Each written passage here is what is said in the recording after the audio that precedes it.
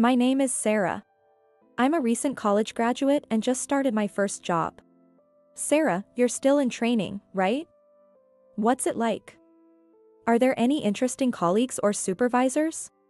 My childhood friend Lisa, who I've known since kindergarten and all through college, eagerly asks me on a day off. She's still a student since she went on to grad school. She's bombarding me with questions since I entered the working world a bit earlier. We finished the overall training, and now we're in departmental training. My company is quite into fitness, which is interesting. We start the day with exercises, and we even do vocal exercises. What? That's so strange. Yeah, it's unique. They really emphasize health. There are even teams for tennis, soccer, and jogging. Are you forced to join them? Not at all. New hires are encouraged to try out a few teams and join if they're interested. Sounds like a fun company. How about you, Sarah? I joined the jogging team. I don't usually exercise, so I thought it would be good for my health and weight loss. Plus, it's at my own pace. Not too strict. Wow, impressive. I wouldn't join any, I hate exercising. You can quit anytime. I think it's good for building connections with people from other departments. Oh, I see. You get to talk with people of different ages and departments, like an extension of college activities. It's fun. The company I joined is a small to medium-sized business, but thanks to these teams, both employees and part-timers get along well. Even though I'm in my first year, I like this company and want to do my best. But you seem kind of tired. You know me too well. My best friend's sharp observation makes me smile wryly. Yes, I like the company atmosphere and don't mind being busy, but there's one big concern, a person who's a significant obstacle. Want to quit? Wow, kids these days have no perseverance. You were useless from the start. The shrill voice of Mrs. Owen, the CEO's wife, echoes from a private room used for meetings and interviews. Even though she should be in a private room, the door is left open, and her high-pitched voice is clearly audible on the floor. It's as if she's leaving the door open on purpose to humiliate the part-time worker she's talking to. The part-time woman must be feeling very intimidated. You suddenly stop coming, you abandon your duties for days, and now you're quitting? If you think you can just walk away because you are a part-timer, you are mistaken. I won't let you use your paid leave. I'll deduct your salary for the time you were absent. It's beyond harsh, it's terrifying. The last time I saw the part-time worker, she was in tears. Are you okay? Did something happen? Mrs. Owen scolded me again. I'm trying my best, but she just doesn't like me. I've been feeling unwell because of it. She spoke in a trembling, small voice. I'm sure it took a lot of courage for her to come in and tender her resignation. Paid leave and resignation are workers' rights, they should let her go without bullying her, I thought with a sigh. It's only been about 3 months since I joined, and this is the third time I've seen such a scene. Mrs. Owen, the CEO's wife, makes the employees call her a madam and seems to be in charge of HR. But it looks like she only wants to have a say in hiring, firing, and assignments, not handling the actual HR work, which she leaves to the managers and employees. She seems to have a few favorite young male employees and speaks to them in a sweet, gentle voice. And it appears that any woman who gets close to her favorite men becomes her target and is bullied for no reason. This is what I've heard from the senior members of the jogging team, and it seems to be mostly true based on what I've seen and heard. The CEO, Mr. Owen, is a hands-on person, rarely in the office, and usually stays in his own office when he is. Mrs. Owen doesn't get angry when he's around, so he probably doesn't know about her behavior. There's no one who can tell him about it. Mr. Owen is known to be a considerate person who listens to his employees, so it's hard to believe his wife is such a person. Maybe she accepted the resignation. Mrs. Owen walks out of the conference room and heads to the floor, looking for some documents. Trailing behind her is the tearful part-timer. Finding replacements takes effort too. You should at least find someone and finish the handover before quitting. Right? Mrs. Owen seeks agreement from the nearby employees, causing tension among them. Everyone pretended to focus on their work, but no one could ignore her, so they nodded. Then, oh? You look like you have something to say. Ah, well. I had been empathetically watching the part-timer and now had caught Mrs. Owen's eye. Whether you're an employee or a part-timer, as long as you receive a salary, you should be responsible for your work, right? Yes. Just from these words, she seemed to be saying the right thing. I had no choice but to agree when questioned. Exactly. It's unacceptable to take time off for personal reasons or to quit in the middle of a contract, right? Yes, but I couldn't help but start to object when she shot me a withering look. Remember, don't act selfishly. Order is important. Everyone who works properly is appreciated. Right? In the end, I couldn't say anything, and the part-timer, standing there like a scapegoat, remained downcast. Later, a few salespeople returned, and Mrs. Owen, who must have had a favorite among them, approached them with a bright smile, saying, "Welcome back. Good job." I regret not being able to help the part-timer who was crying and just going along with Mrs. Owen. People like that really exist, huh? No wonder you're stressed. Sorry, I ended up complaining. It's fine. You shouldn't bottle it up. Besides, it's understandable that you couldn't argue back. If you did, you'd be her next target. Be careful. You're right. By the way, there's a senior in the jogging team among the salespeople. He came to talk to me afterward. But I was being watched intensely. That's scary. Is the senior good-looking? Maybe they're one of her favorites. I'm not sure. Oh, that reminds me. I remembered and changed the subject. Hey, about the trip. You told me about 2 inns last time. Both seem great, and I can't decide. My grandparents love seafood. So I thought this one would be better. What do you think? That was the main topic. She, who often traveled with her family, had been advising me. If they like seafood, then yes, this one is perfect. Even my picky grandma was satisfied with it. It can't go wrong. My best friend gave her a seal of approval with a smile. Great. I finally get to show my appreciation, and I hope they'll enjoy it. I had been planning a trip with my grandparents with the money I had saved. They raised me after my parents passed away when I was little. They always put me first and supported me, so I wanted to give something back. That's why I decided on a trip with them. With the money I saved from part-time jobs during college and my first paycheck, I splurged on a luxurious inn. A relaxing stay at a luxurious inn with their grandchild, of course, they'll be thrilled. They'll definitely be delighted. Yeah. Her smile made me smile too. But on Friday afternoon, the day before the trip, Mrs. Owen called me. Here are the resumes and job histories of the new part-time candidates. I need you to compile the data and create interview sheets. Isn't this an HR task? Why me? Oh, you're a new employee. Now's the time to experience various tasks, right? You seemed interested in HR work when that part-timer quit the other day. How did it come to this? It's clear she just didn't like my sympathy for the part-timer, but arguing would get me nowhere. When do you need it by? By Monday morning. What? This Monday? Of course. Wait a minute, today is Friday. I have my own work to do too. Naturally, you should finish your own work first. You can come in over the weekend. You'll get overtime pay. She smiled sweetly. To me, her beautiful smile looked like that of a witch. Interviews start on Monday, so no delays. Oh, and look through past files and summarize the trends for those who were hired. Here you go. She dumped a thick file on my desk. All of this? I was too stunned to speak, and she said triumphantly. Glad you understand. You've been ignoring instructions and getting carried away at work lately. The beginning is crucial. I had no idea what she was talking about. Unable to tolerate her baseless accusations, I decided to speak up. Excuse me, but today is Friday, with less than 2 hours left until the end of the day. I also have my current tasks. Even if I work overtime, there's no way I can finish this by Monday.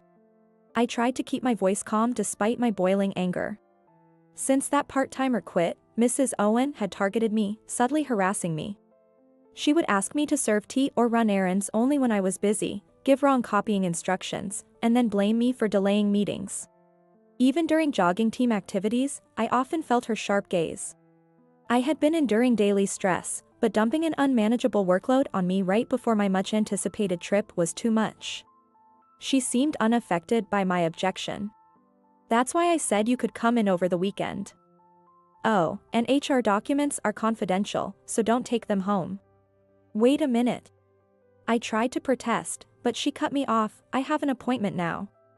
See you, and left. The next day, I was on the trip with my grandparents as planned. They kept giving me concerned looks as I stifled yawns. Are you sure you're okay? We can postpone if you need to. I'm fine, don't worry. I've been looking forward to this trip. Despite my reassurance, they were worried because I had worked all night and barely made it home in time to leave. Of course, I had informed them, but they must have been anxious last night. I couldn't let that ruin our trip. I needed them to enjoy it too. I mentally steeled myself and smiled at them. Look at the ocean, it's so beautiful. I'm glad it's sunny. Don't worry about me. The seafood here is supposed to be amazing. I'm excited. Seeing me so enthusiastic, they finally turned their attention to the scenery. But even in the midst of enjoying the trip, an unbelievable nightmare awaited me. Did you finish the work I assigned? You didn't leave it unfinished, did you? I heard a familiar voice while wandering the inn after check-in. Mrs. Owen. Why was she here? Meeting the witch here, of all places. As if hearing my thoughts, she snorted. I thought I'd ruin your cheerful weekend plans by giving you some homework. I see you ignored my instructions. Her words felt like a witch's curse, making my head spin. Did you intentionally assign me that work to ruin my trip? Knowing I had plans and assigning an impossible task just to ruin them? Anger started to bubble up inside me. But how did you know where I was staying? I knew she eavesdropped on our conversations sometimes, but this was too much. I heard you chatting during lunch breaks and jogging team activity.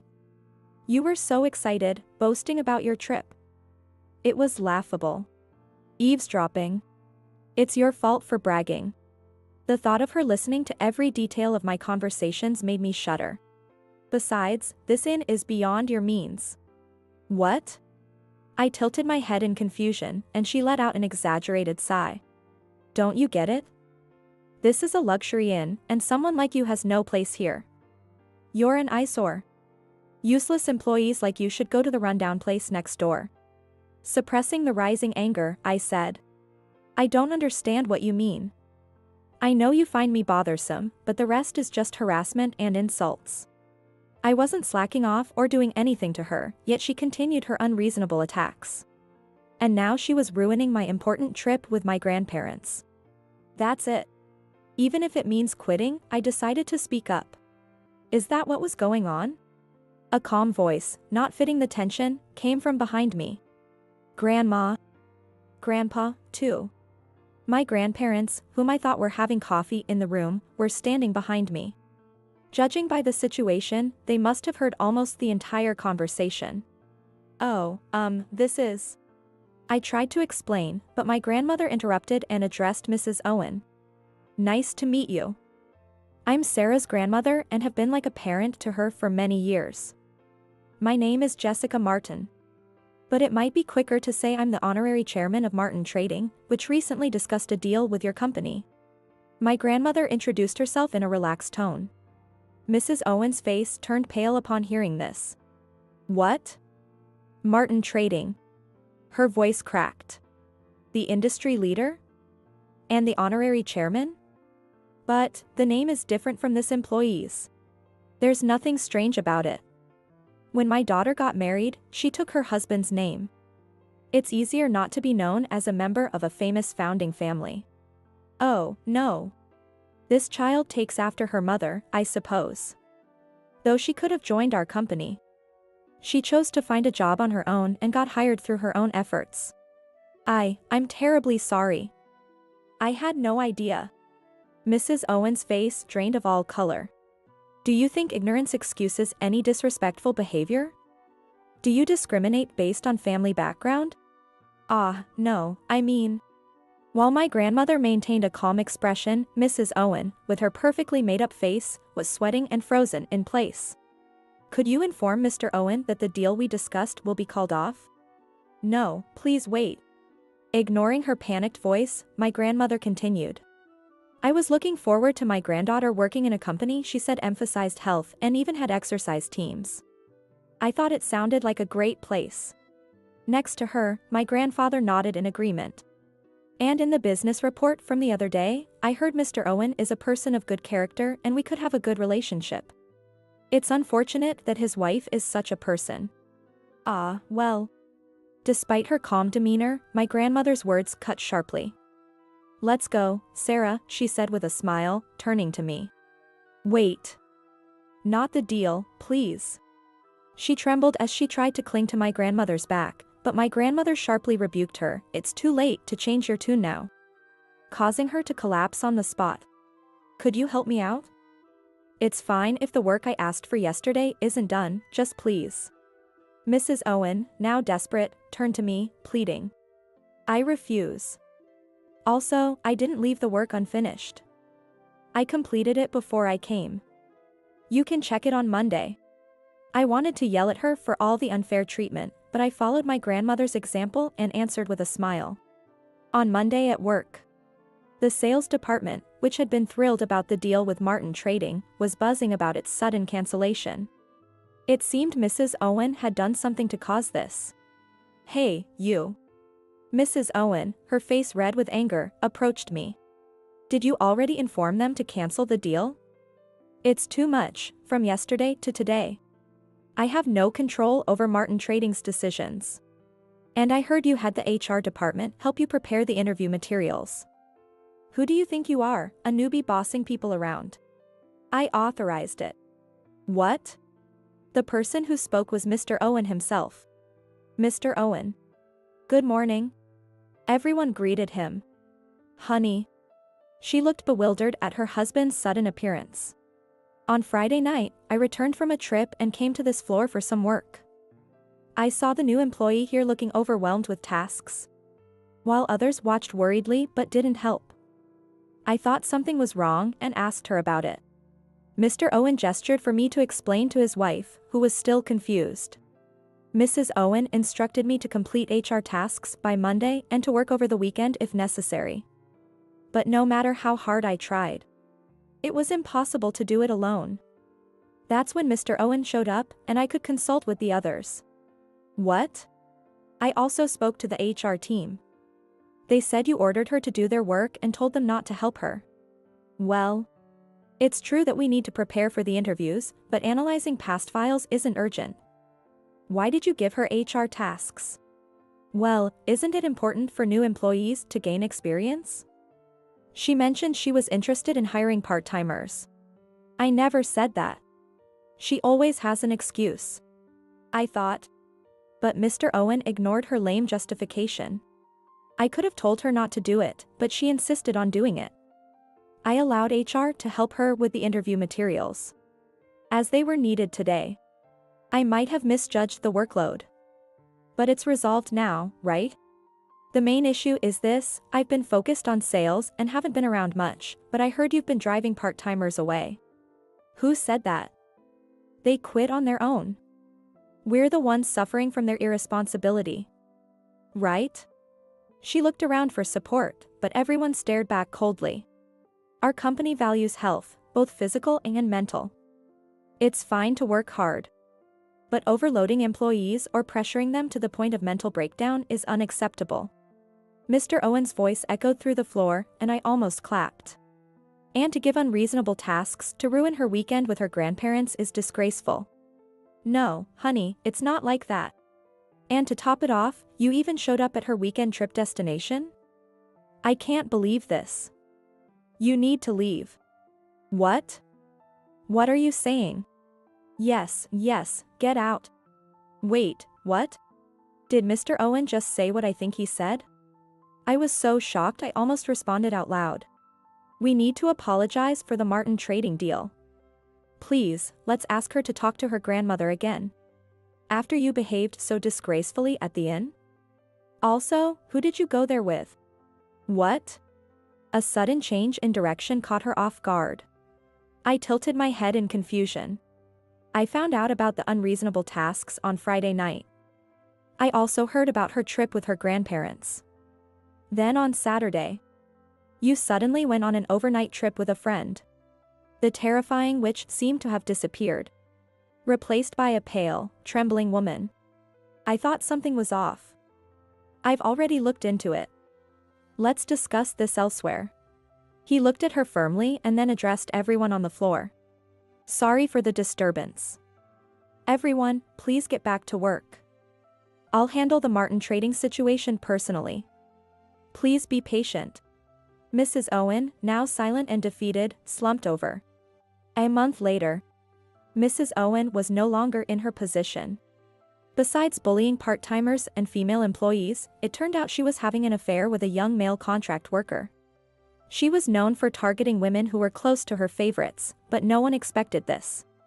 The man she took on the trip was a young contract worker.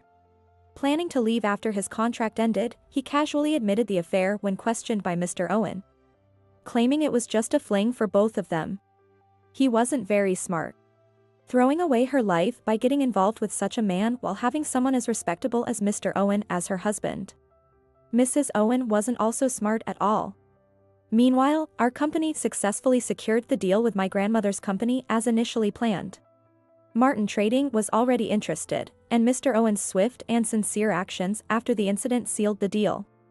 I felt a renewed sense of determination.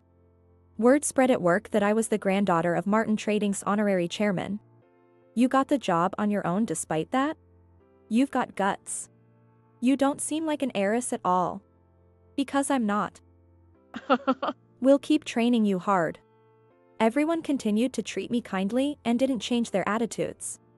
And now, I'm diligently saving up again, hoping to take another trip with my grandparents without any worries this time. It might take some time, but please look forward to it, Grandpa and Grandma. With my colleagues and my precious family. I want to cherish the time I have with these wonderful people like a treasure.